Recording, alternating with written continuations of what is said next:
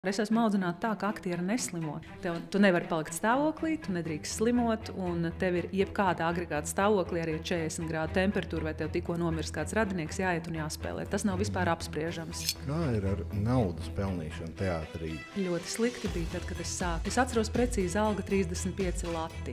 Es atceros, ka pirms pirmās pirmizrādes es stāvēju bāla, tā kā krīts, ģērbtuvē. Es trīcēju, drebēju, un es teicu, nē, es šo ten mūžam nepārdzīvošu. Redz, tad, kad tu esi repertuāra aktieris, repertuāra teātrī, tad tu īsti nevari pateikt nē. Teātris vienmēr ir bijis tikai savas meistarības, profesionalitātes spodrināšanai. Tas vienmēr ir bijis statusam, bet teātris nekad nav par naudu. Alkohols tā ir milzīga, mega lieta. Es domāju, ka tā ir vispār liela bēda. Mēs vispār apzināmies un izmantojam 40% savu potenciālu, un tajā brīdī, tad, kad mums liekas, ka ir nolaidušās rokas un es vairs nevaru, tad tikai vajadzētu atspērties un sākt to lielāko jaudu. Agnes, prieks, ka ieradies. Laura, paldies, ka uzaicināji. Sāksim ar jautājumu iepriekšējā viesam. Iepriekš mums bija Kaspars, ar viņu mēs runājām daudz par investīcijām. Un, es bieži vien dzirdu no cilvēkiem, vajag investēt tur akciju tirgos vēl kaut kur, bet man tā doma ir, ka vajag investēt sevi. Jo cilvēks pats, manuprāt, sev būs labāka atdeve. Un tad jautājums no Kaspara tev bija, kāda ir tava labākā investīcija? Mana labākā investīcija ir noteikti numur 1, tie ir ceļojumi.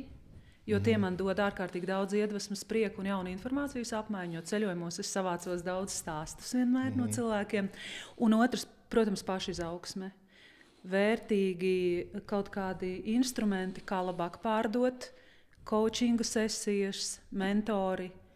Bet tagad šajā te visā milzīgajā pārbagātībā un piedāvājumā es ļoti sijāju to zeltu, par ko es tiešām gribu maksāt, bet es uzskatu, ka sevi ir jāinvestē tieši šādā te veidā, jo ja tu nemaksā citiem, tad tu pats arī neaudz. Bet, protams, ka tiem, kas ir mana enerģija, tiem, kuru zināšanas man rezonē, jo ir ļoti daudz arī iztērēts visādos kursikos, kas neatmaksājās tās investīcijas. Bet tā ir atkal mana pašas gudrība, kāpēc es gāju tur, kur man varbūt nevajadzēja.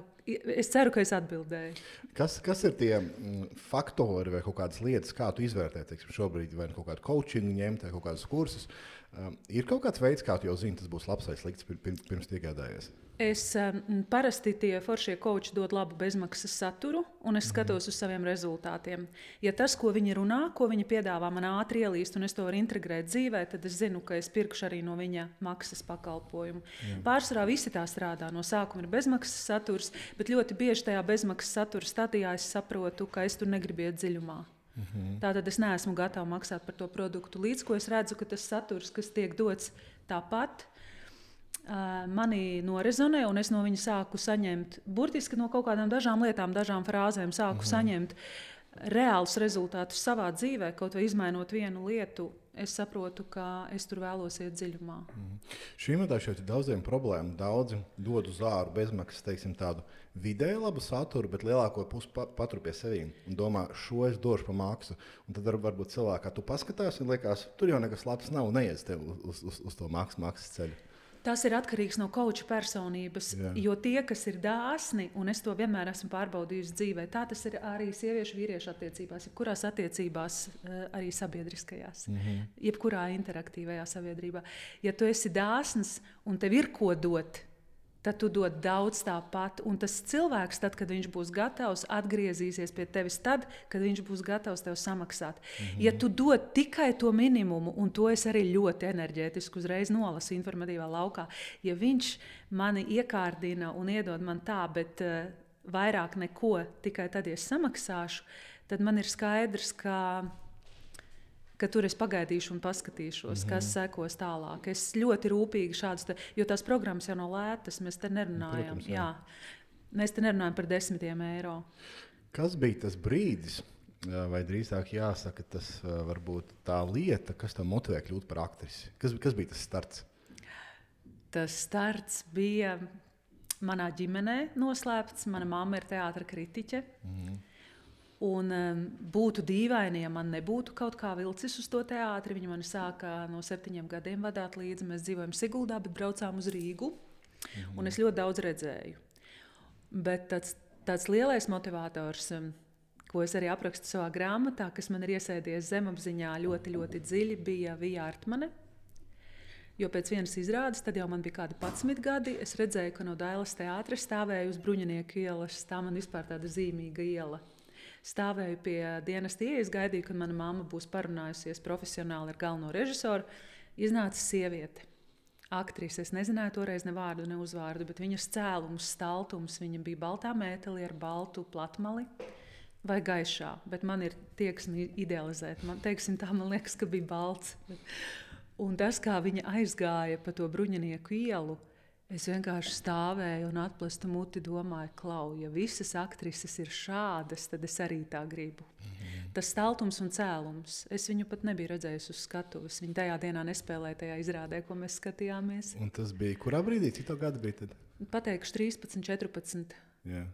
Un tad 13, 14 gados tev bija šis moments. Un man bija šis moments, es biju apsēsta ar tērpu modelēšanu. Man vienmēr ir paticis skaisti ģērbties, atšķirties kaut kā. Un laikā, kad es augu, un tas bija padomju laiks, tad es sev šuvu, un man bija ļoti liels sapnis kļūt par tērpu modelētāju. Un es 2 gadus stājos pēc 8. un 9. klases tērpu Lietišķajā mākslas vidusskolā par tērpu modelētāju.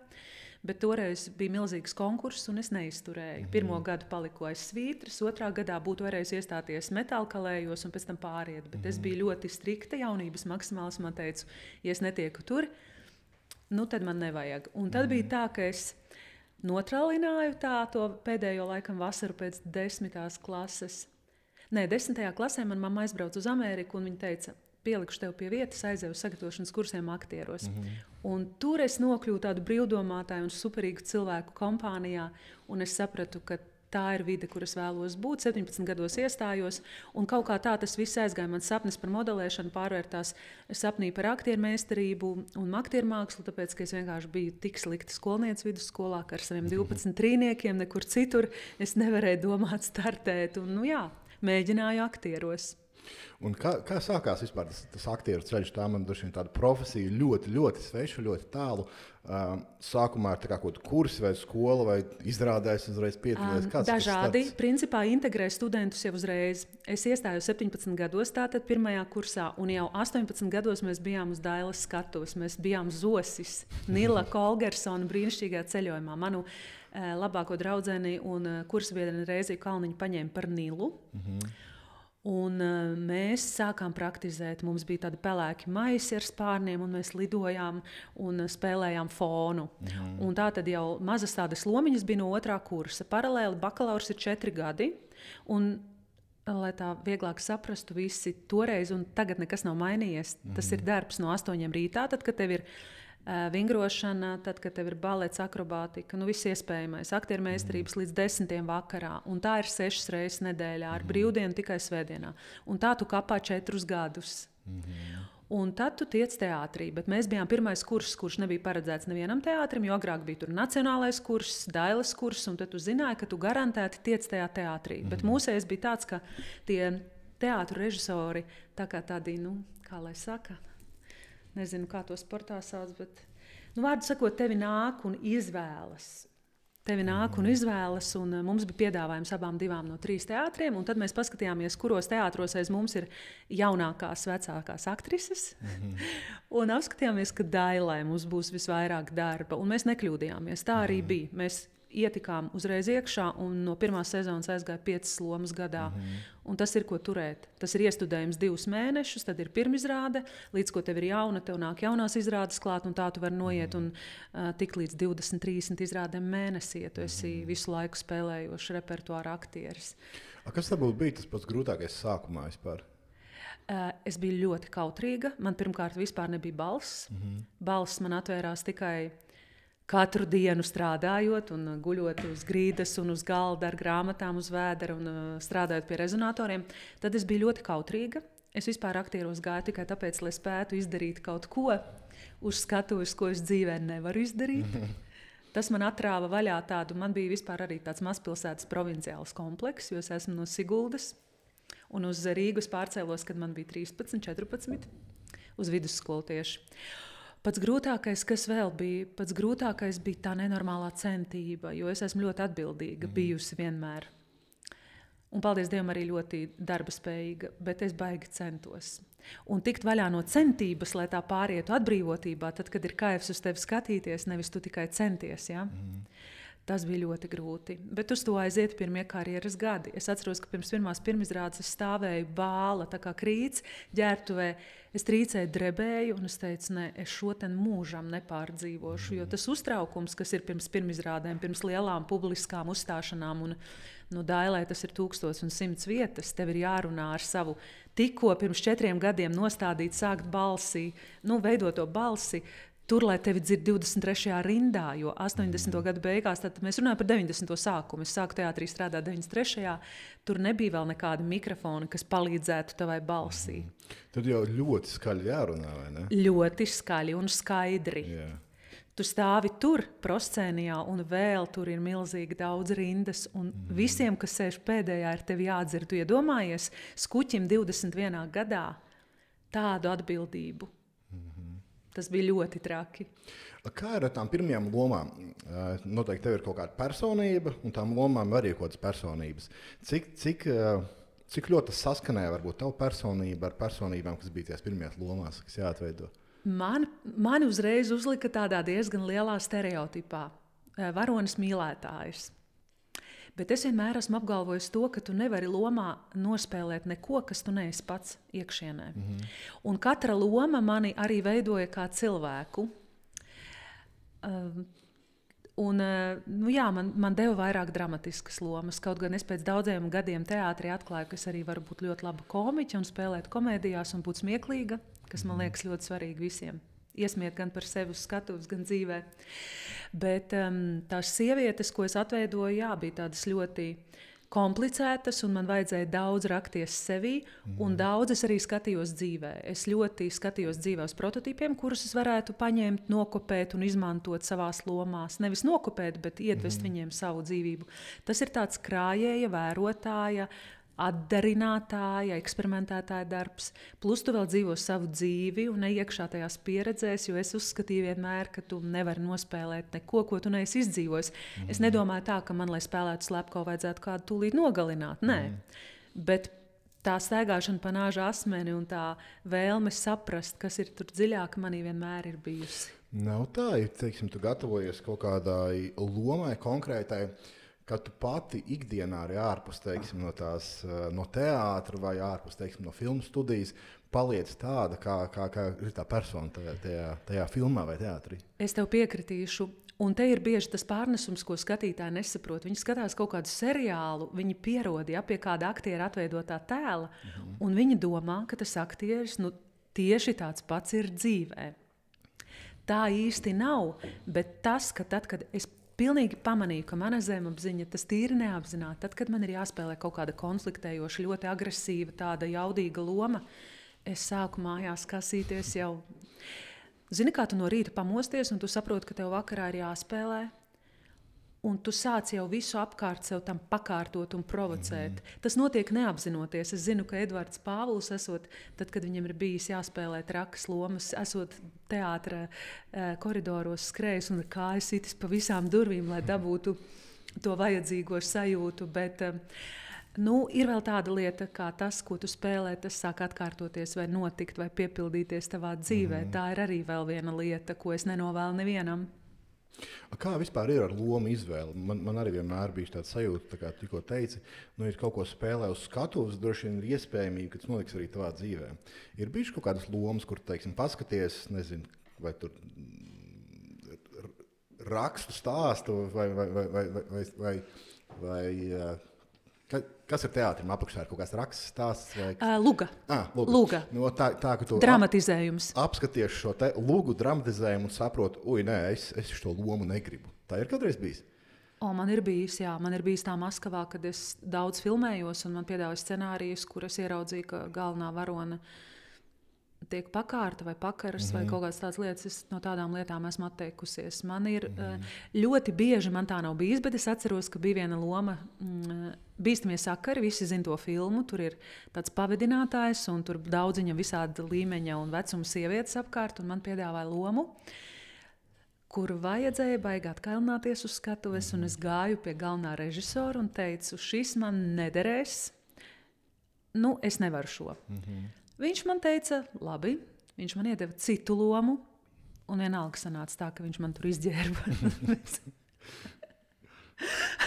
Bet es biju jauna. Es neesmu pret izģērbšanos, bet dažkārt tas ir pašmērķīgi. Paldies Dievam, šajā gadījumā tā nebija, bet es saku, es smējos, jo man nav bijis tā bieži redz, tad, kad tu esi repertuāra aktieris, repertuāra teātrī, tad tu īsti nevari pateikt nē.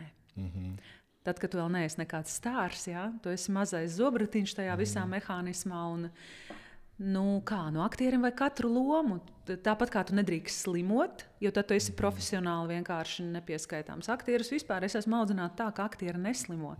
Tev ir pārgriezta pēda, sašuj. Vakarā es saku, man ir izrādi jāspēlē. Ja es sestdienā ar draugiem braucu nejauši dīķī, lecot pēc pirts, sagriežu pēdu, man traumās sašuj. Tas notiek sestdienas naktī, man pirmdien ir izrādi, kur man jādejo. Es saku režisorā, celsim lūdzu, es nevaru paiet.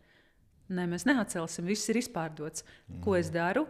Es spēlēju, man sēž 3 ārsti rožumu uz pirtu, kā man paliek slikti, un es jūtu, ka es tūlīt blāgšu gāzīšos, es izskrienu aizkulisēs, paostu savu rožumu un atkal daru tālāk. Tu nedrīkst atteikties, vismaz es tajā laikā, tad, kad es tiku audzināta un par aktrisi un studēju, tad bija ļoti strikti. Tu nevari palikt stāvoklī, tu nedrīkst slimot, un tev ir jebkāda agregāta stāvoklī, arī 40 grādu temperatūra, vai tev tikko nomirs kāds radinieks, jāiet un jāspēlē. Tas nav vispār apspriežams. Lielās mākslas vārdā. Ja? Tagad jau ir foršāk. Tagad atceļ un maina izrādes, ja aktieris ir slims, bet manā laikā tā nebija. Tu ej pāri ielai možumā, tev ielaiž vēnā C un kaļķi, un tu blies tālāk. Ja tev nav balss no rīta, tev vakarā ir jārunā. Te 23. rindē. Kā ir ar naudas pelnīšanu teātrī? Startā vispār bija iespējams kaut ko nopelnīt? Vai varbūt kurš bija tas brīdis, kad varēja nopelnīt tik, ka tu teici, ar šo man tā kā pietiek? Ļoti slikti bija tad, kad es sāku. Es atceros precīzi alga 35 lati. Mēnesī? Vai? Jā, mēnesī. Protams. Jā. Un man 20 gados piedzima meita. Es jau biju, tā sacīt, neviena. Un bija ļoti interesanti. Un, tas bija pirmais mans konflikts vispār, kur man galvā sākās baigā tāda man nesalikās kaut kas kopā, ka tu esi super populāra. Tu esi uz visu žurnālu vākiem, tev ir intervijas, tu vadi pasākumus. Es, protams, vienmēr darīju citas lietas. Es ieskaņoju reklāmas, es filmējos videoklipos, vadīju pasākumus jau no pirmā gada. Un tu saproti, ka ir kaut kāds līmenis, kuram pāri tu netiec. Tu nevari vienkārši ar visu to, ka tu dari tik, cik vien ir iespējams, ir kaut kāds līmenis un griezti, kuriem tu netiec pāri. Man 25 gados jau šis sākās. Es domāju, kā tā var būt, ka tā enerģija un tā atdeve, ko tu atdod, tā nav materiāla seguma. Tagad ir daudz labāka situācija teātros, bet toreiz tas bija diezgan traki. Un tikai pēc 12 gadiem es biju nostrādājusi 6 gadus Dailē, 6 gadus jaunajā Rīgas teātrī un aizbraucot uz Maskavu, es beidzot pelnīju. Bet tā salīdzināšanai, ja man tur pa vienu filmēšanas dienu maksāja 1500 eiro, tad teātra alga pēc tiem 14 gadiem bija 350 lati. Viņa bija palielinājusies 14 gadu laikā tieši 10 reizes. Ko pārējie darīja? Jo es domāju, labi, manuprāt, tu esi viena no Latvijas atpazīstamākajām aktrisēm, vai varbūt atpazīstamākām. Kā iet pārējiem, kas vispār ir tajā teātrī, spēlē kaut kādās, varbūt tādās filmiņās piedalās, kas nav atpazīstami? Dara citas lietas, dara citus darbus, bet es arī nekad nekaunējos no darba. Man, piemēram, 1. sezonā vai 2. vasarā nebija filmēšana. Es aizgāju uz reklāmas aģentūru, strādāju par sekretāri, vārīju priekšniekam kafiju 3 mēnešus, lauzos iekšā toreiz 90. sākumā kaut kādos tur office darbos un kompī. Visu laiku kaut ko darīju. Visu laiku meklēju papildus darbus. Es pat atceros, ka vienā brīdī bija tik traki, ka es teicu, es eju strādāt uz restorānu par oficianti. Jo parasti man vienmēr bija vasarā kaut kādas filmēšanās un filmas, un tad es atceros, tur bija viens seriāls, tas saucās Man veļa mašīna. Nākošais saucās Mana mašīna. Ja? Tu, teiksim, ar kino un televīziju tu vari nopelnīt. Teātris vienmēr ir bijis tikai savas meistarības, profesionalitātes spodrināšanai. Tas vienmēr ir bijis statusam, bet teātris nekad nav par naudu. Un redzat, kad es iestājos, es domāju, ka vēl kino būs, bet mēs bijām tieši tajā laikā, es atceros, pirmajā kursā man vēl mācīja partijas vēsturi, un tad tas viss sabruka, salūza, un arī kino vairs nebija. Jo es zināju, ka es neeju uz profesiju, kur es pelnīšu baigo naudu. Bet, jā, es nezinu, kā ir tagad. Tagad aktieri influencē, tagad aktieri var darīt daudz ko citu paralēli. Bet es saku, skriedam no rīta līdz vakaram. Tev ir no rīta mēģinājums, pēc tam tu skrien ierunāt kaut kādas reklāmas, filmas, tad tev ir vakarā izrāde, un tā diena no dienas. Un sestdienās, svētdienās, ja tev paveicas, tad tu vadi pasākumus, tu brauc un dari visu, sākot ar sporta spēlēm, beidzot ar kāzām, visu. Es atceros, ka tu uzstājies arī pie Gustava pasākumā, un tur tu stāstīji par filmu, kas bija Amerikā, vai ne? Jā. Pastāsti, varbūt, kā tu vispār līdz tam nokļuvi? Kā no Latvijas un nokļūt līdz Amerikai, filmēties filmā? Tas ir pateicoties filmas un idejas autoram, režisoram Mikam Ozoliņam. Vienkārši bija tā, ka tā ideja par to, ka vajag filmu, bija gaisā. Es toreiz biju atgriezusies tātad pēc 4 gadu dzīves no Maskavas, biju atgriezusies Rīgā. Teātrī man piedāvāja darbu, bet es sapratu, ka ar to algu, ko man piedāvāja, es nevaru nosegt pat savu mēneša dzīvokļa kredītu.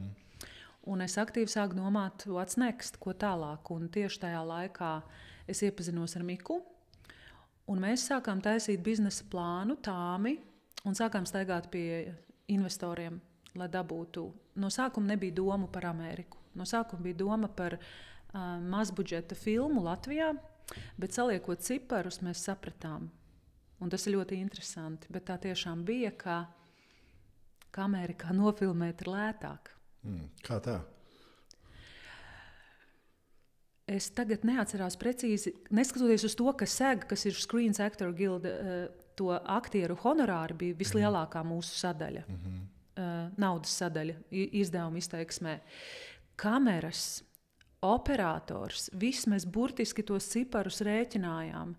Pat uzturēšanās tur un aizlidošanu uz turieni, jo mēs 10 dienās filmu nofilmējām. Un tagad es atskatoties varu teikt, ka tas bija baigais neprāts un baigi ambiciozi.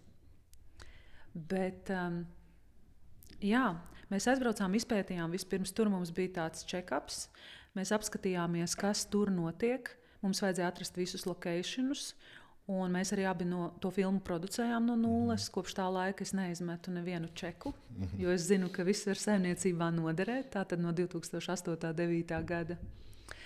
Taisīja visu grāmatvedību, visas vienošanās, viss. Un jā, un tā mēs sākām privāti meklēt arī aktierus, ar viņiem sazināties, intervēt viņus. Apskatījāmies visus. Redz, filma tika filmēta principā vienā vietā, vienā lokācijā. Un filma cik gara bija? 1,5 stundu. 1,5 stundu? Tur jau diezgan Man liekas, stunda 15 vai stunda 20, vismaz noteikti, jā. Man ir DVD disks, tikai neatceros, kur viņš man ir pazudis. Un kurā brīdī tā filma pārvērtās naudā? Jo ir skaidrs, ir kaut kādas izmaksas, lai filmu uzfilmētu. Kurā brīdī tas bija DVD vai kinoteātri? Tie bija kinoteātri. Mēs pasaules pirmizrādi parādījām Latvijā, Splendid Palasā. Un pēc tam mēs filmu demonstrējām kinoteātros visā Latvijā. Bet, kā jau es Gustava pasākumā minēju, mēs neizdarījām visu, kas būtu bijis mūsu spēkos, un lai šai filmai būtu vēl lielāka atpazīstamība, jo mums bija noslēgti līgumi par distribūciju Amerikā un Kanādā, bija DVD tātad formātā šī filma. Un Latvijā viņi skatījās labi, tas nebija nekāds kases grāvējs, bet tas bija šoreiz vairāk svarīgs tā kā fakts, ja, ka tā bija pirmā filma, kas bija nofilmēta Holivudā. Filmai jāsāk nest naudu ar distribūciju. Tas nozīmē braukt pa visiespējamiem neatkarīgo filmu festivāliem, viņu piedāvāt un promotēt. Bet es arī šo aspektu pasākumā izstāstīju. Izjuka attiecības un beidzās arī viss darbs, kas bija vajadzīgs tālāk biznesam un filmai. Diemžēl šis nebija tas labais piemērs, bet tas nemazina nekādā veidā faktu, ka filma bija. Viņa vēl joprojām ir, viņa ir pieejama, viņa ir apskatāma. Tas vienkārši tika izdarīts, bet es saku, tur bija daudz aspektu, kuri varēja būt labāki, jo principā filma bija aģents. Jā, nevis pats režisors vai producents, bet mums vajadzēja to filmu pieskatīt. Beigās filma atnesa naudu? Viņa atpelnīja sevi, bet mēs neatgriezām visas investīcijas. Nē. Nē. Bet vēl joprojām viņi var kaut kur dabūt, ja? Jā. Viņu var dabūt, viņa nav pieejama YouTube, tur ir tikai reklāmas materiāli, bet viņa ir DVD. Iespējams viņu iegādāties. Kā kaut kādā TV3 plejā vai kaut kur šobrīd varbūt arī var ielikt iekšā? Es atceros, tajā laikā gājām un runājām ar Andreju Ēķi. Viņu vienreiz nodemonstrēja LNT, bet tagad ir īstenībā labs jautājums starp citu. Varbūt var ielikt cilvēku, kas viņu skatītos. Jo tagad, manuprāt, ir super viegli reklamēt kaut ko caur TikTok, caur Instagram, caur YouTube. Tā ir bega aktivitāte. Ja būtu bijušas tās iespējas 2009. gadā, tad, kad mums bija 25. septembrī Splendidā pirmizrāde, un pēc tam mēs līdz decembrim vienkārši paši arī braucām līdzi, mēs vedām pa viņu pa visu Latviju. Viņai jau bija subtitri, viss, jo filma ir angļu valodā loģiski, vai ne? Viņa tika filmēta tam tirgumu. Jo es pieņemu, ka šobrīd cilvēki arī gribētu noskatīties. Es arī labprāt noskatītos. Jo es, teiksim, neesmu redzējis. Es labprāt noskatītos, bet tu zini apmēram to storyplot, kas tur ir apakšā? Jā, tas ir, atceries filmu ar Robertu Redfordu un Demiju Mūru. Čalis piedāvā, vecāks vīrietis piedāvā pāri tātad jaunajam vīrietim miljonu, lai pavadītu nakti ar viņas sievieti. Un mēs šo te filmu būvējām uz Jāna Tjates Lugas brīvais kritiens materiāliem, kuras biju spēlējusi Jaunajā Rīgas teātrī. Šo meiteni spēlēju. Mēs vēl ar šo te izrādi izbraukājām visu Ameriku, 2001. gadā Ameriku un Kanādu. Un jā, galveno lomu atveidoja Lochlyn Munro. Viņš ir ļoti zināms Lochlyn Munro. Viņš ir ļoti zināms Kanādas aktieris, kas ir Holivudā. Viņš nav A kategorijā, bet viņš regulāri tur strādā vēl joprojām. Tad bija tāds G. Day Ravis, kas ir komēdien, kas mums spēlēja otro vīrieti, un pašu pirmo bija tāds Robert Pike Daniel, kas bija tas vecais vīrs, un visu mēs filmējām ārpusē, no Losandželosas kaut kādus 50 km braucām, un tas viss notika tādā in the middle of nowhere. Nu jā, un viss, kas notiek starp šiem cilvēkiem, tad, kad vidū tā kā par strīdu sābolu tiek nolikta liela naudas summa, un kā mainās cilvēki, cik meitene paliek alkatīga, un kas notiek ar šo te jauno vīrieti, un kā viņa nostājas pret šīm te pret šo te naudas turētāju. Nu, tāda psiholoģiska, jā. Izklausās interesants, labprāt nostītos. Jā.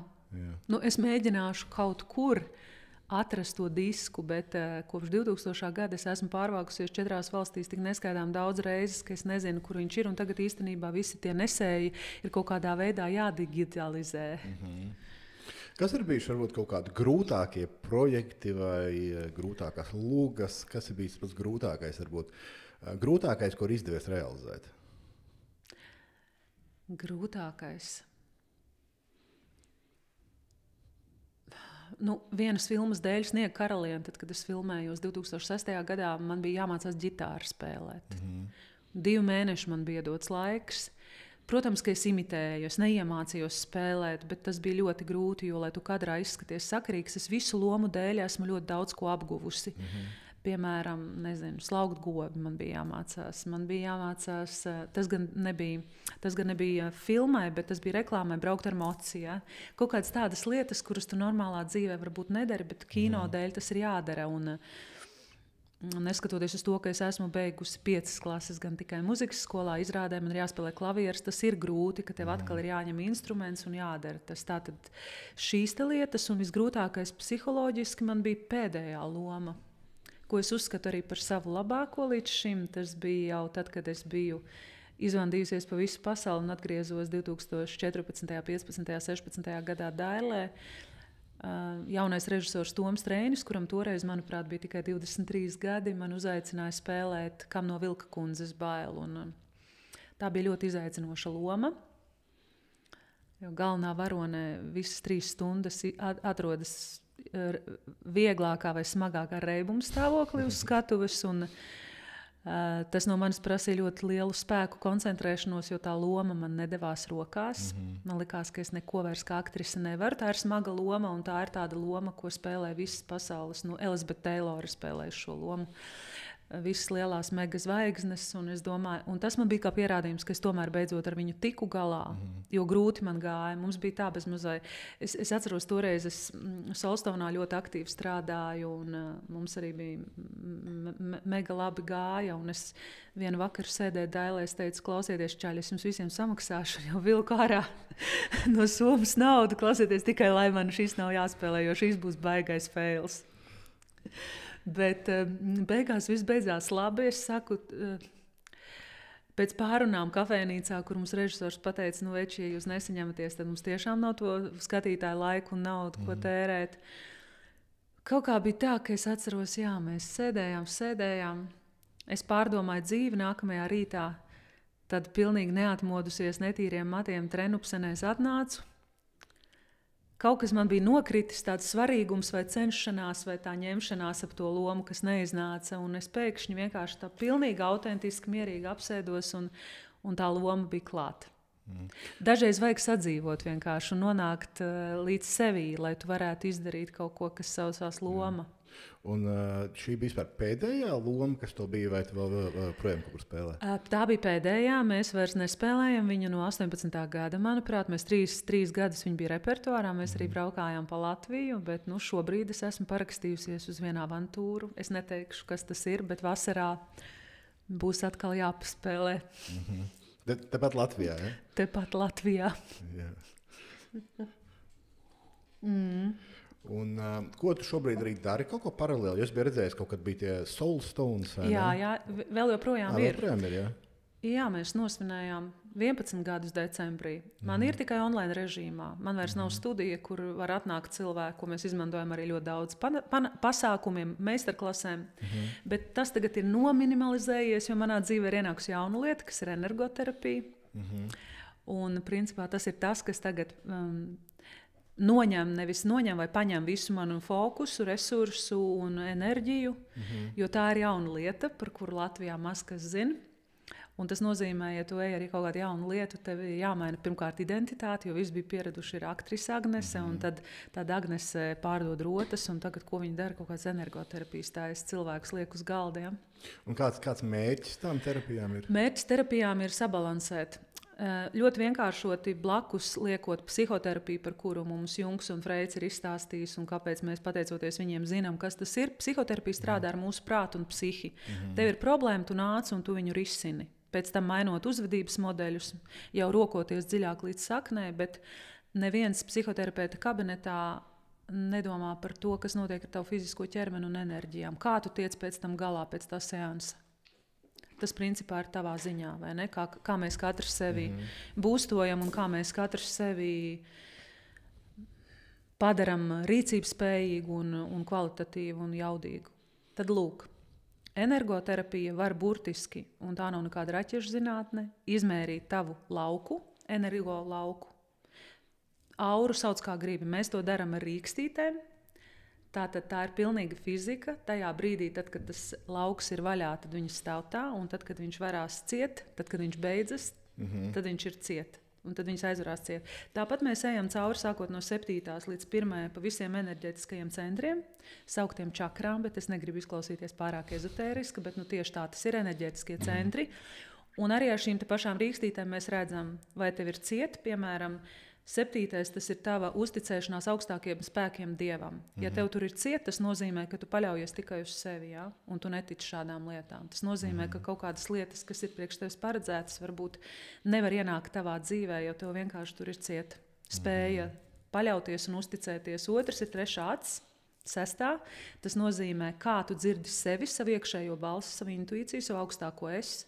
Vai tu esi tikai galvā, jo ļoti bieži vīrieši ir tikai galvā. Viņiem ir vienkārši tur pilnīgi ciet, tur ir tikai prāts, tur ir mērķi, panākumi, nauda, bizness, un viņi vairs nedzird sevi. Tad šis te ir kakls, kā mēs, protams, par sevi paziņot pasaulē, kā mēs, protams, nodefinēt savas vēlmes, vajadzības, arī to, kas mums nepatīk vai neder, kā mēs varam pasaulē par sevi pastāstīt. Ja šeit ir ciet, tad mēs to nevaram.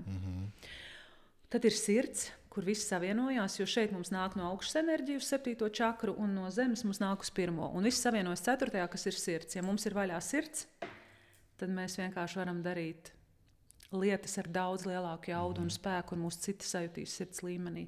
Un tālāk ir apakšējais materiālās čakras. 3., 2., 1. tas ir solārā, sakrālā, tas, kas ir mūsu drošība, mūsu vēlmes, kas mums ir jāapzinās, jānoformulē. 2. ir mūsu seksualitāte, kas nozīmē mūsu nauda, idejas un radošums, tas, cik jaudīgi mēs to varam visu realizēt. Un pati 1.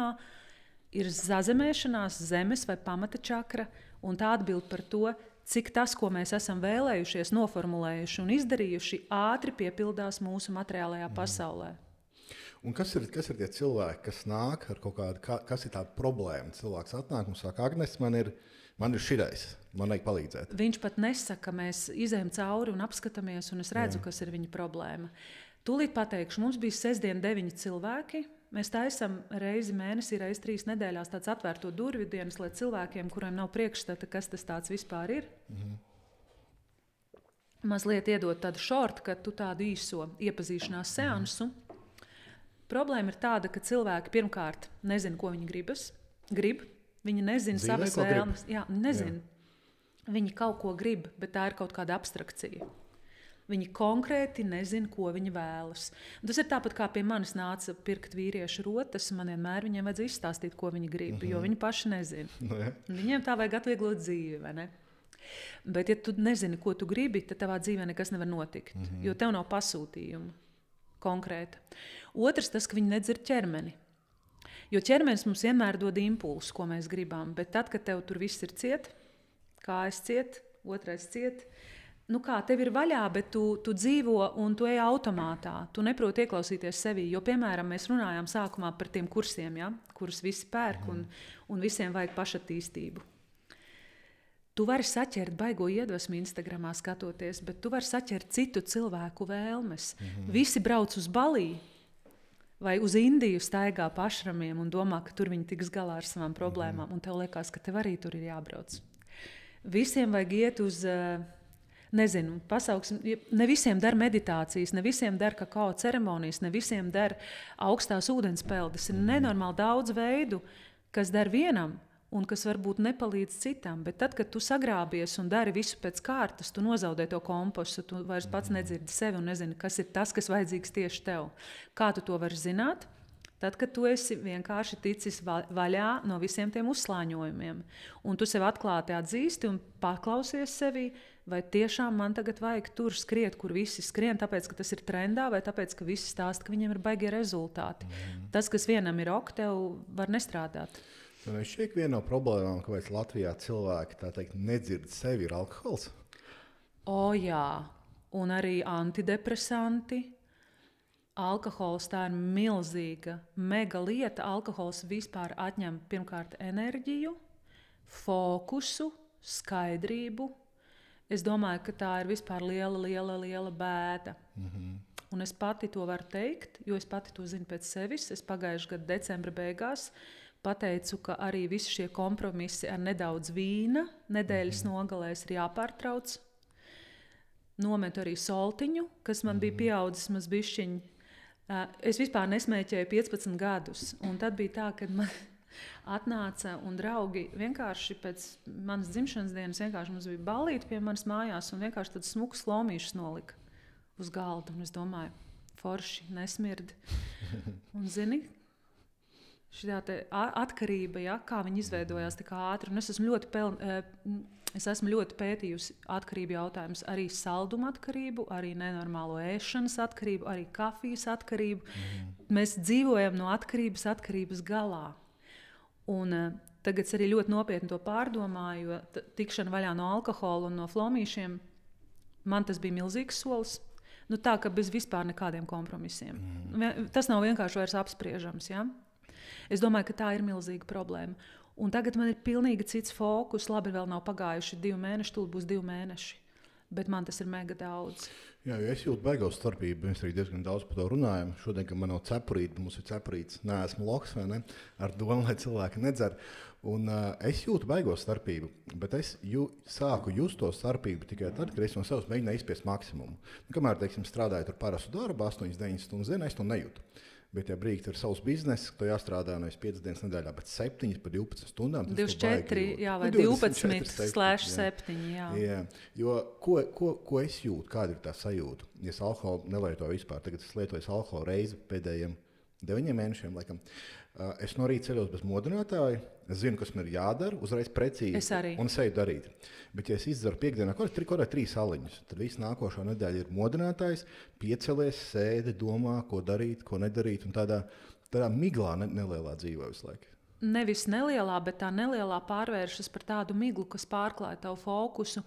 Un tu vienkārši principā atskaties uz to gadu, tā objektīvi. Nē, es varu pateikt tā, ka man ir tik nenormāls darba spējas, ka es varu arī notusēt tur un atnākt no rīta, izdzert savu citrona ūdentiņu un maukt tālāk. Bet nav tās skaidrības, un tā migla pārņem principā nemanāmi visu. Pat ja tu lieto nedaudz. Tas ir ļoti, ļoti viltīgi.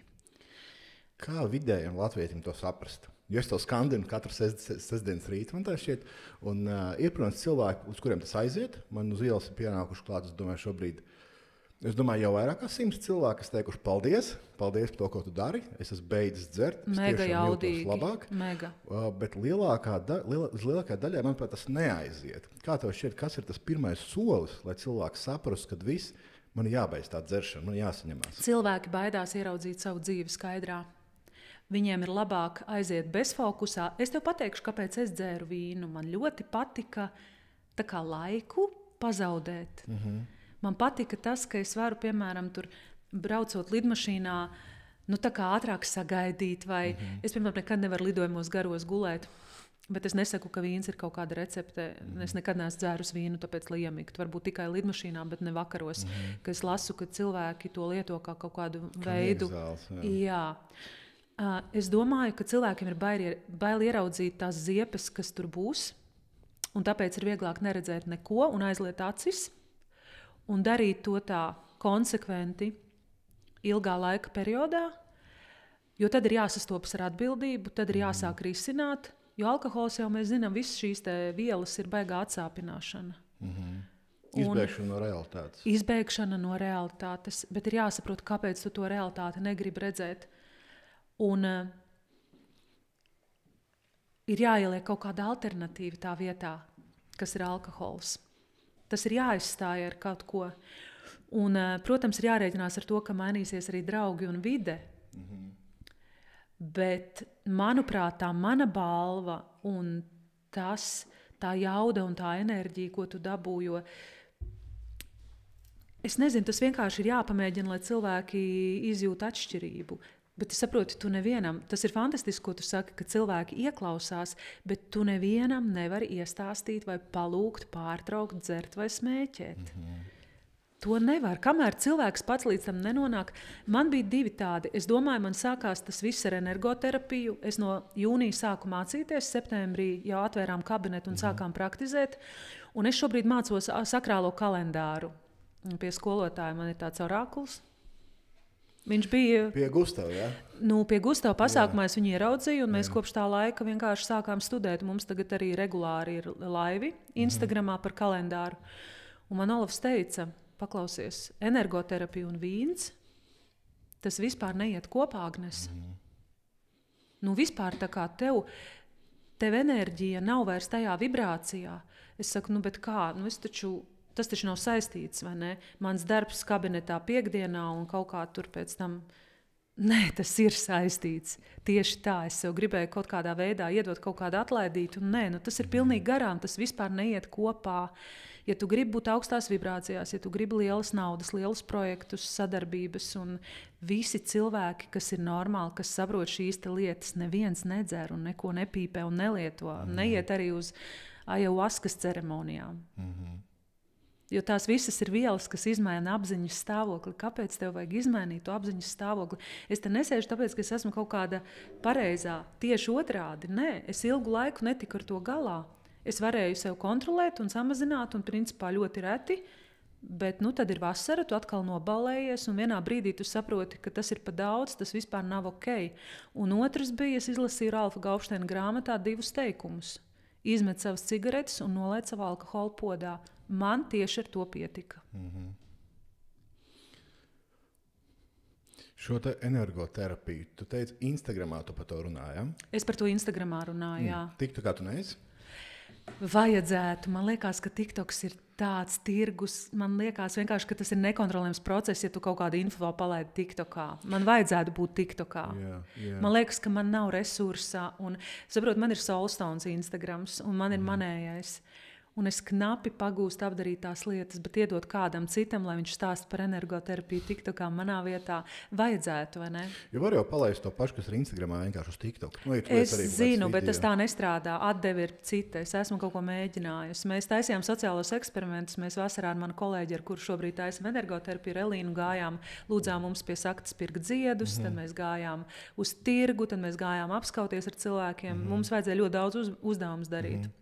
Mēs visu vasaru taisījām brīvās energoterapijas sesijas visās vietās, AOKM darbnīcā, visos klubos piekdienu naktīs, līdz 12. Mēs kādiem 100 cilvēkiem katru vakaru uztaisījām šos seansus, tādus ātros, balansēšanu, sēžot. Bet vajadzētu TikTokā, jā.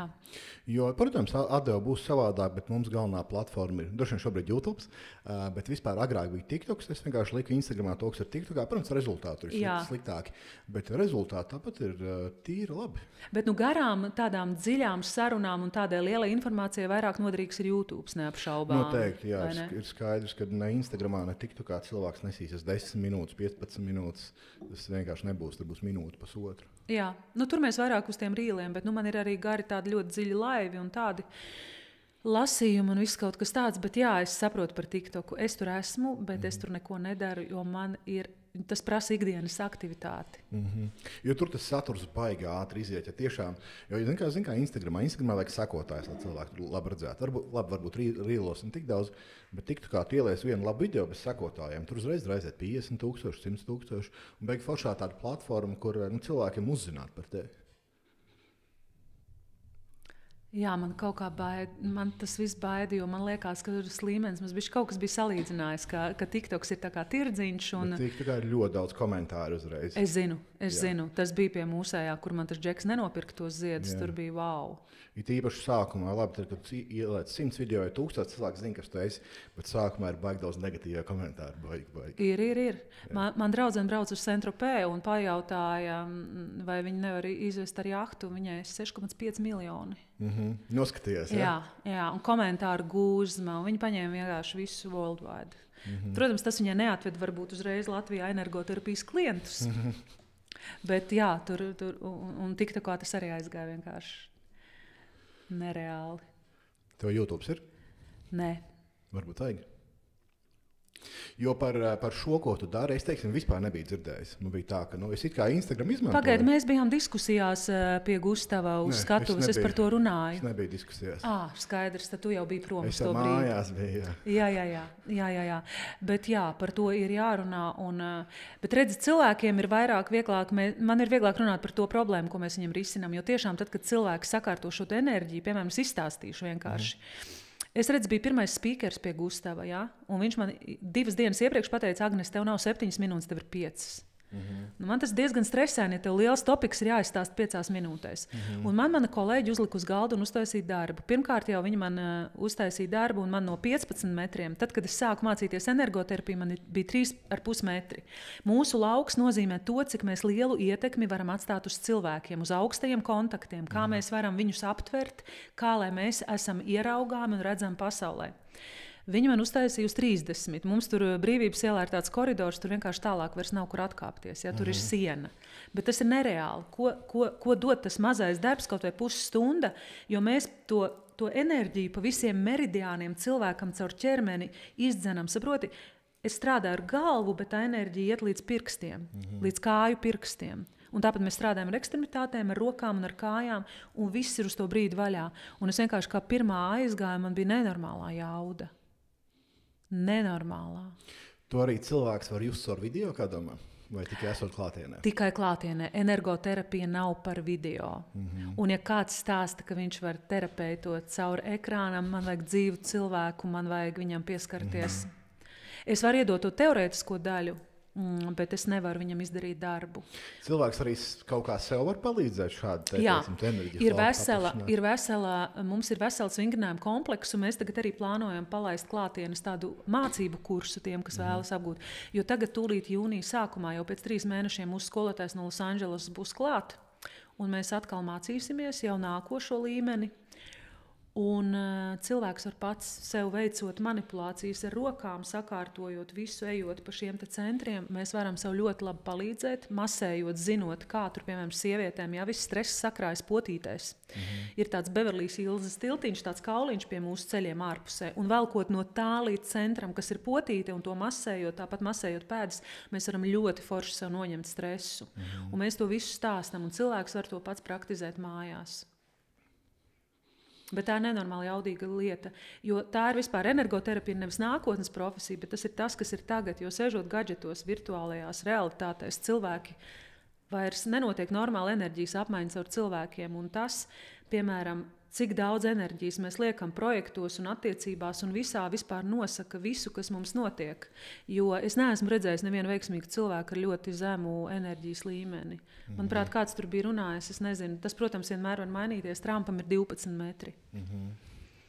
Jaudīgajiem cilvēkiem ir ļoti, ļoti liels un atvērts lauks. Tas nozīmē, ka tas, ko viņi saka, tas tiek sadzirdēts, viņi ir redzami, viņi ir jaudīgi un viņi vienkārši ņem masas.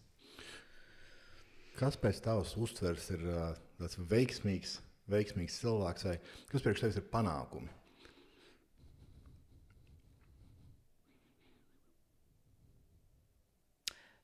Tas nav vienkāršs jautājums, jo, manuprāt, ka īsti panākumi nav izmērami uzkrātajās investīcijās, bankas konta izmērā, mašīnās, kas stāv garāžā, kaut gan tas arī ir viens no rādītājiem, jo es atceros kaut kad ļoti sen,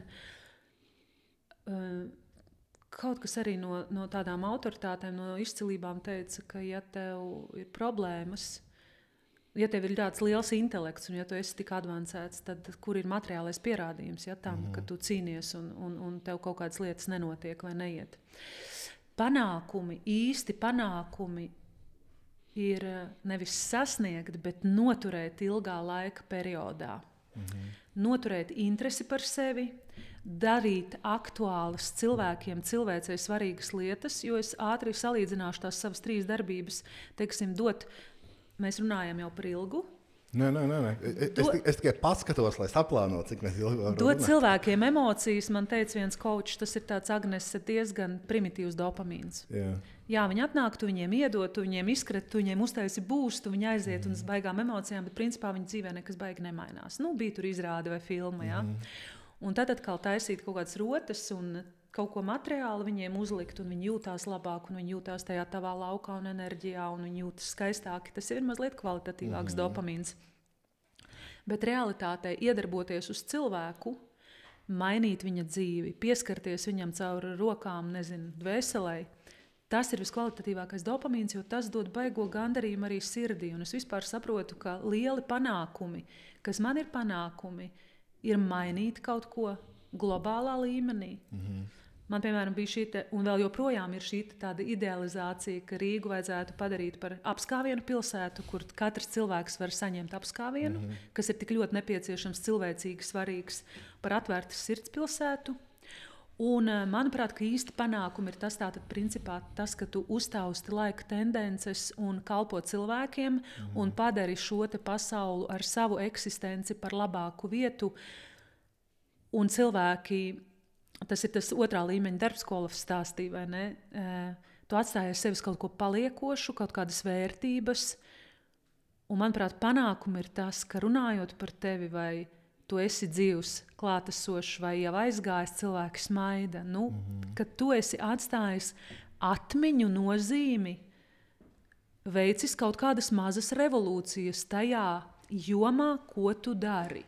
Kaut kādas mazas pārmaiņas, būtiskas, bet tādas, kuras tu caur savu piemēru, ejot cauri situācijām, pat nevieglām, jo visi celmlauži, visi pionieri kaut kad bija nesadzirdēti un nesaprasti, tu viņas ienes sabiedrībā un tu esi pielicis savu pienesumu šajā te šajā te kaut vai mazliet, tā varbūt izklausās pēc tādas kosmosa sildīšanas, bet es to tā neuzskatu. Manuprāt, tas ir panākums.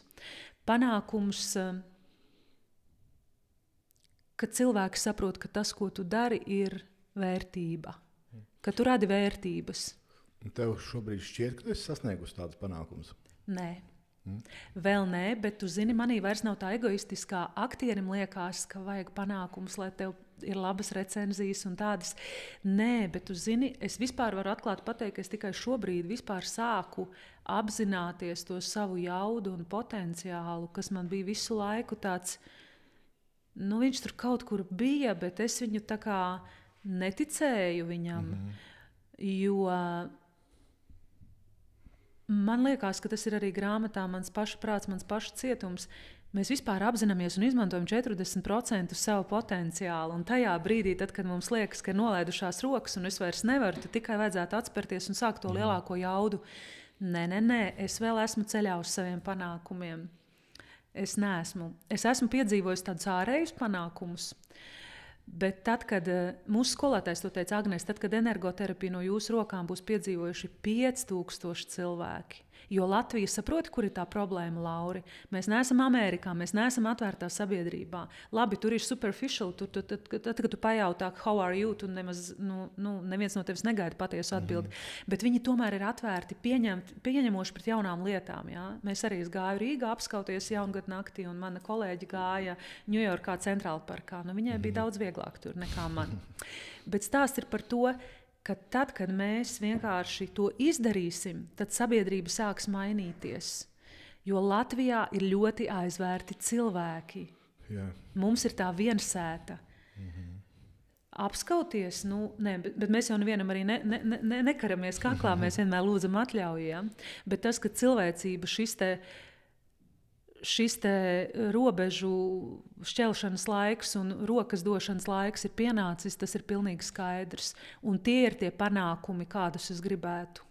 Lai tas, ko mēs darām, nepaliek tikai mūsu mazajā tādā lokā, bet lai tas aiziet cilvēkos, jo ja es apskaušu vienu, un tas viens, kur es esmu apskaus, apskaus vēl 10, tas aizies, saproti, bet tur tas darbs, tas pamats ir jāpadara, un vienam ir jābūt, kas sāk. Un šobrīd, es atzīšos, tas nav viegli. Te līdz panākumiem vēl ir ko darīt. Jā, teicu, ka ir ļoti svarīgi noticēt sev. Kas bija tas brīdis vai tā lieta, kas tev lika noticēt sev? Tajā brīdī, kad es sāku saprast, ka man nevajag ne no viena prasīt atļauju. Tas brīdis ļoti ilgi brieda. Es vispār nesapratu, kāpēc es daru, kāpēc tās enerģijas. Es sapratu, ka tas viss kaut kā likumsakarīgi notika un atveda mani līdz tam. Un jāatzīst, ka viens ir tomēr vajadzīga atbalstoša vide un vajadzīgi cilvēki, kas notic mums varbūt vairāk nekā mēs paši sev noticam kaut kādā brīdī. Jo tad, kad es uzsāku savu rotu biznesu, man arī neviens neticēja. Visi smējās par mani. Teica, tev tētis ir juvelieris, ja man tētis strādā ar zeltu un briljantiem, un tu tur taisi kaut kādu kiču. Bet iekšā ir tas brīdis, tu zini, nav tāds klikšķis, viens brīdis, kaut kāda baigā atskārsme vai tā kā zibens iespēra. Tev sev ir jāiedod tiesības, un tev nav jāprasa ne no viena atļauja. Un es domāju, ka tad, kad šos divus dabū, tad, kad tu esi tajā plūdumā, un tad, kad tu dari lietas, kas tev ir svarīgas, pat ja no sākuma nav atbalsta, un nav tās atdeves no otras puses, un tevi nedzird, un tev ir baigi grūti, tad ir tā ticība, kas tev ir jāsaglabā, un tomēr, es nezinu, tas spēks rodas tikai darot. Par ticību. Kā tu saglabā šo ticību? Jo arī es dzīvē darīju daudz ko, un bieži vien arī tāda neticība galvā. Tāpēc, ka tu gaidi apstiprinājumu, ka tu pateiks, cik tas ir krūti, ko tu dari, un tad tu būtu stiprāks. Jāpārliecina sevi. Pašam jāpārliecina, nē, man šito vajag, man šis jādara. Baigi grūti ir to izdarīt. Es zinu, par ko tu runā, jo man arī ir tādi brīži, kad man nolaižas rokas, un es domāju, nopietni, tiešām ir vērts, tiešām kādam to vajag. Par to ticību. Jo man tā šķiet, mūsu sabiedrībā tas ir baigi grūti arī kaut kā atgriežoties pie TikTok komentāriem. Tu sāc darīt kaut ko jaunu, tu ieliec, ka tu dari kaut ko jaunu, tev šķiet tik forši un komentāri tur 90% nē, beidz šito darīt stulbi, vai ne? Un manuprāt, cilvēkiem ir baigi grūti, tīpaši tiem, kas nav pārliecināti par sevi. Viņi tādus komentārus izlasa un jau viss. Lauri, es tev pateikšu, mēs bijām ielikušas vienu. Es tikai tikko atcerējos TikTokā par energoterapiju. Tur bija vienkārši čau. Es izņēmu ārā. Es sapratu, ka tur nav tā auditorija, ka es tur nemeklēšu savu auditoriju. Bet saproti, te jau ir tā izcilība un tā ģenialitāte cilvēka. Iet, neskatoties uz to, ko tie suņi tev tur reitā. Karavāni iet tālāk, un tai ticībai viņai ir jābūt dziļi tevī, tavā dvēselē, tavā enerģijā. Viņai vienkārši tur ir jābūt. Un ja tu atradīsi, nezinu, vienas labas acis vai vienu cilvēku, kas tev ticēs, ar to ir pietiekami. Un 100 var tev pateikt, tas vispār nekas nav, tas ir sūds. Vienu, kas tev tic, ar vienu pietiek. Un vispār man jau liekas, ka pietiek tikai ar Dievu. Pat ja neviena cita nav. Bet tas ir ļoti sarežģīts jautājums, jo par ticību, un es neesmu tāda, negribu būt nekāda teorētiķe. Ir tā, ka par savu ticību ir jācīnās katru dienu. Un ir jātic katru dienu. Un ir labākas dienas un ir sliktākas dienas, bet nobriedušas personības tomēr savu ticību nebūvē uz apkārtējo viedokļiem. Tai ticībai ir jābūt dziļi sirdī, tajā kodolā.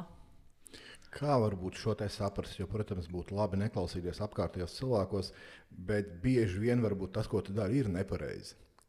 Kā saprast, vai tas viedoklis no sabiedrības tiešām ir vienkārši negatīvs, jo mēs tādi esam, vai kā saprast, ka tu tiešām kaut ko dari galīgi garām?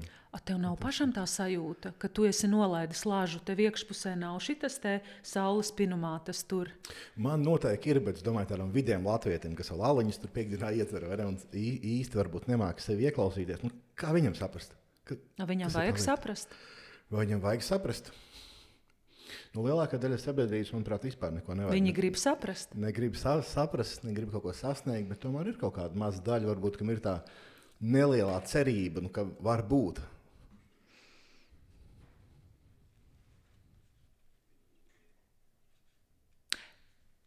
Manī kaut kā ir tas kompass, jo, ja ir galīgi šķērsām, galīgi. Tas ir, saproti, viss iepazīstas salīdzinājumā. Tas ir, ar ko tu salīdzini. Salīdzinājumā, ar ko tas ir pilnīgi garām, vai dažkārt viss iepazīstās pēc laika. Piemēram, lieta, ko tu izdari tagad, var likties pilnīgais nesaprotamais numurs, bet pēc kaut kāda laika tas varbūt ir kaut kāds ģeniāls atklājums vai kaut kas labs. Es nezinu par to novērtējumu. Tev ir jābūt stipram savā kodolā. Bet es atzīšos, man pašai ir bijis tā, ka man ir, ka es ielieku kaut ko un pēc tam nobīstos un domāju, nē, šitas te būs pat traku, šo te nesapratīs un sabiedrība nav šim gatava un tas neaiziet. Tā jau mēs viens otru ietekmējam. Es nezinu, kur ir tā objektīvā patiesība. Tev ir bijis tā, ka tu kaut ko izdari, tajā brīdī šķiet, nē, tas ir galīgi garām, bet paiet laiks, kā tu teici, un liekas, ka nē, tas tomēr bija baigi forši. Tā vajadzēja darīt. Jā. Bet tajā brīdī, kamēr es esmu to palaidus ārā, un tas ir sācis dzīvot neatkarīgi no manas dzīvi, man ir bijis traki, bailīgi un šausmīgi. Un tikai es esmu sev pateikusi tā. Tev bija impulss, tātad tava dvēsele, pat ja tā ir kļūda, viņa gribēja to izdarīt.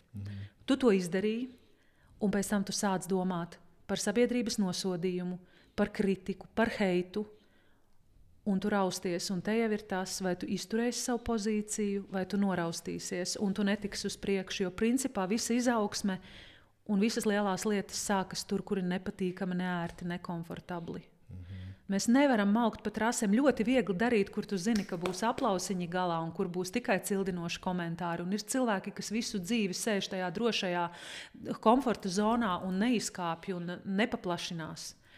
Tur ir baigi droši, jo tur vienmēr visi aplaudēs, bet tur nav nekādu eksperimentu, tur nav nekādu kļūdu, nav nekāda kaifa. Man nav bail kļūdīties. Protams, ka saproti, jo tu vecāks paliec, jo mazāk kļūdu tu drīksti pieļaut, jo man liekas, ka man tas laiks, ka es varēju non-stopā kļūdīties, jau ir pagājis. Tā kā. Bet, zini, kā saka, ja tu visu mūžu esi bijis muļķis, tad tu vienkārši nomirsi kā vecs muļķis. Nekas jau baigi nemainīsies. Es nezinu, manuprāt, ir jābūt saskaņā ar sevi. Ja visiem liekas, ka tas ir pilnīgi garām, bet tev liekas, ka tas ir ok, tad lai viņi visi tur pasēž un pagaida. Lai viņiem ir tā.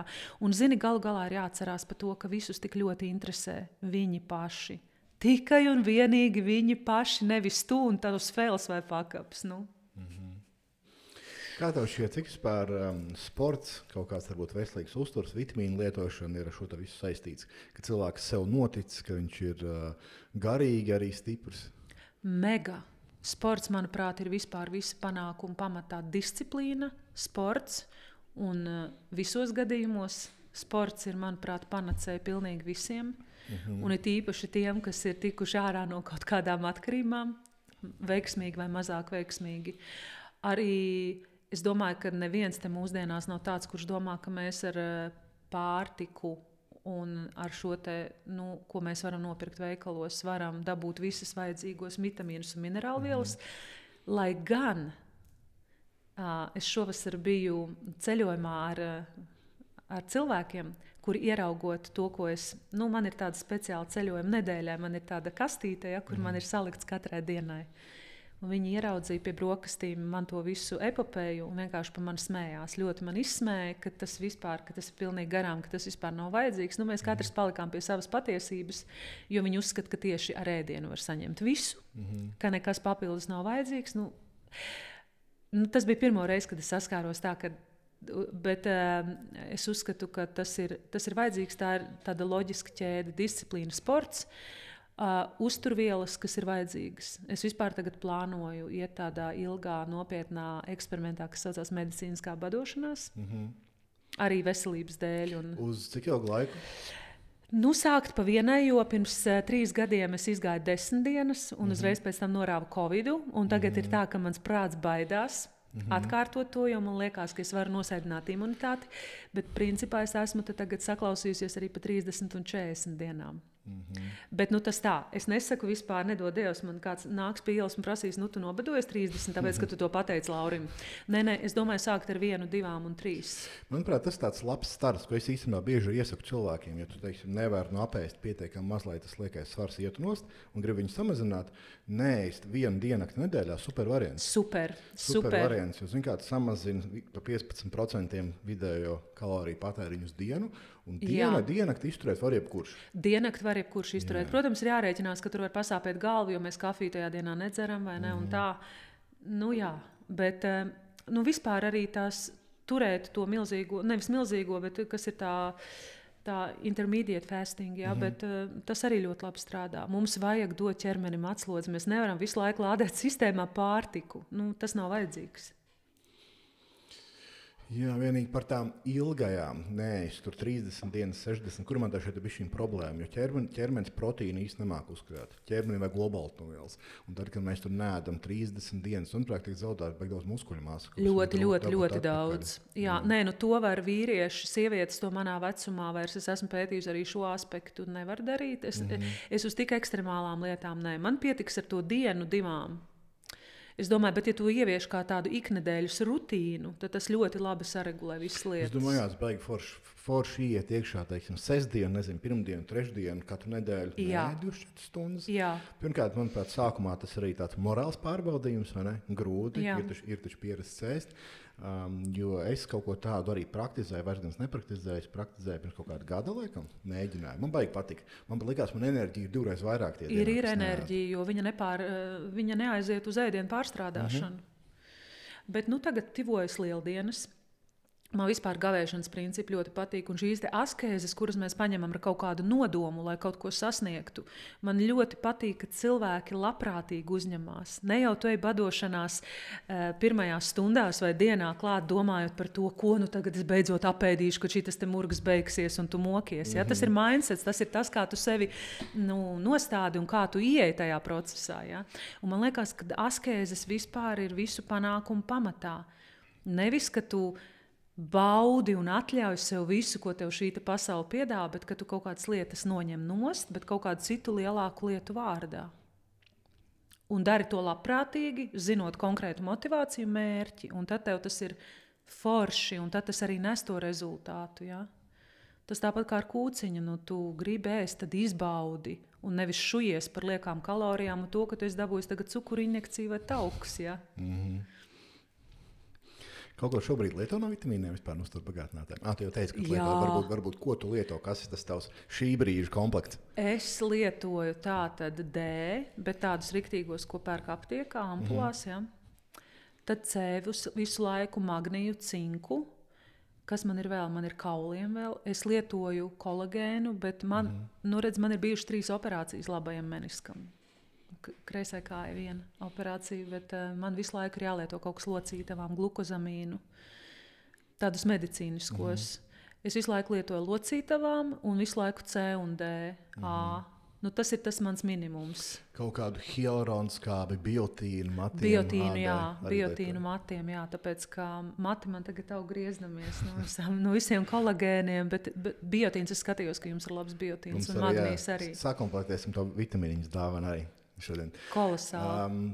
Jā, un cik sen tu spēr lieto kaut ko no uzturbagātinātājiem? Vai tu vari salīdzināt to sajūtu pirms tu kaut ko lietoji un Klausies, es lietoju tik sen, ka es atceros 16. vai 17. gadā, kā saucās tā kompānija, viņi saucās Vision, man šķiet. Ak, Dievs, viņiem tur bija man iestāstīja tie izplatītāji, ka tur tās puķītes tiek audzētas un viss tas, no kā tiek veidotie vitamīni, klausoties klasisko mūziku. Un es tur sapirku pa 1000 sev un draugam vienkārši mega kastes. Es lietoju, es visu laiku kaut ko lietoju. Nevis tā fanātiski, jo, zini, kā man ļoti patīk, ja es kaut ko lietoju, nelietot kaut kāds 10 klāt, lai es redzētu tieši tā jaunā preparāta ietekmi.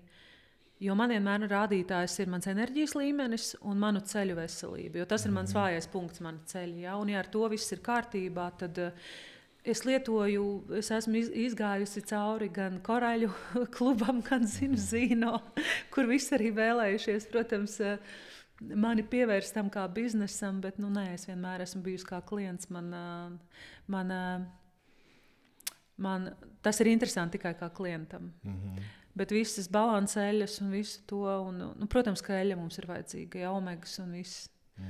Lai mums visi kauli funkcionētu normāli, lai mēs nezaudētu muskuļmasu, kas neizbēgam notiek tad, kad mēs novecojam. Jā, jo vecāks cilvēks paliek jau svarīgāk. Īstenībā, jo vecāks cilvēks paliek jau sliktāk vitamīnu uzsūcārs caur gremošanas sistēmu, jo viņi ir svarīgāk. Bet vispār arī tas, ko mēs runājam ar Olafu, mēs runājam ne tikai par sakrālu kalendāru, bet arī par treniņiem. Viņš pateica man vienu ģeniālu lietu, kas ir absolūti vienkārši un veca tā kā pasauli, jo tu vecāks paliec, jo tev vairāk ir jākustās. Ja? Viņš pateica, ka līdz 25 gadiem var vienreiz kustēties nedēļā, tad līdz 35 2-3. 45, 4 kā minimums, un tad, kad tev ir jau pāri 50, tas ir 6 reizes vai 2 reizes dienā. Lūdzu, esi tik labs, jo... Būtu vēlams, jā, reizi vai dienā. Ne, reizi dienā. Tas minimums. Labi, varbūt no jāiet uz zāli, jāsporto, bet kurai pastaigā aiziet pāris kilometrus. Pastaigā, jā, es braucu ar velo, bet man ir baigi svarīgi šis te, jo līdz ko mēs paliekam stīvi un nekustīgi, tur jau viss. Tas ir baigi jāvaktē. Jākustās. Ir jākustās obligāti, jākustās visiem. Un ja nepatīk iet un cilāt svarus, kaut gan svarus vajag, jo tas arī kauliem ļoti labi. Man ļoti patīk svari. Kaulu blīvumu uzlabo, jā, tas vecuma ļoti svarīgi. Jā. Man, paldies Dievam, tas patīk. Es svarus cilāju no 2001. gada. Man tas ļoti palīdzēja iegūt arī pēc 2 dzemdībām ideālo svaru. Bet tas ir, man, paldies Dievam, patīk. Es zinu, ka daudz baidās, viņiem ir aizspriedumi, ko es tur zālē darīšu. Es nezinu, vai nekā tur cilāt, vai pareizi vispār pieiet. Jā, bet tas ir jāpārvar. Jā. Tieši tā, jāsporto. Labi, Agnes, manuprāt, forši parunājam. Jā, paldies tev. Nobeigsim mēs ar jautājumu nākošajam viesim. Mums nāk rītdien Oskars, man šeit no Straujpīts, vai ne? Straujpīts benzīntanku tīkla, varbūt es redzēju, viņš baigi daudz video arī liek TikTokā, Instagramā. Nē, viņš TikTokā liek, Instagramā baigi neliek. Redzi, es TikTokā esmu baigi reti, ļoti reti, nedrīkst teikt baigi. Jā, un jautājums viņam, ko tu viņam gribētu uzdot?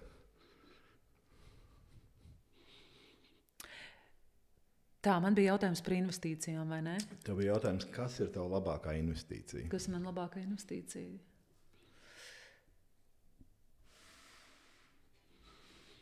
Tad es tev lūgtu viņam pajautāt, kas ir tā viņa rutīna un viņa disciplīna, kā viņš rūpējas par savu mentālo veselību un par savu fizisko veselību. Kas ir tas, ko viņš dara katru dienu?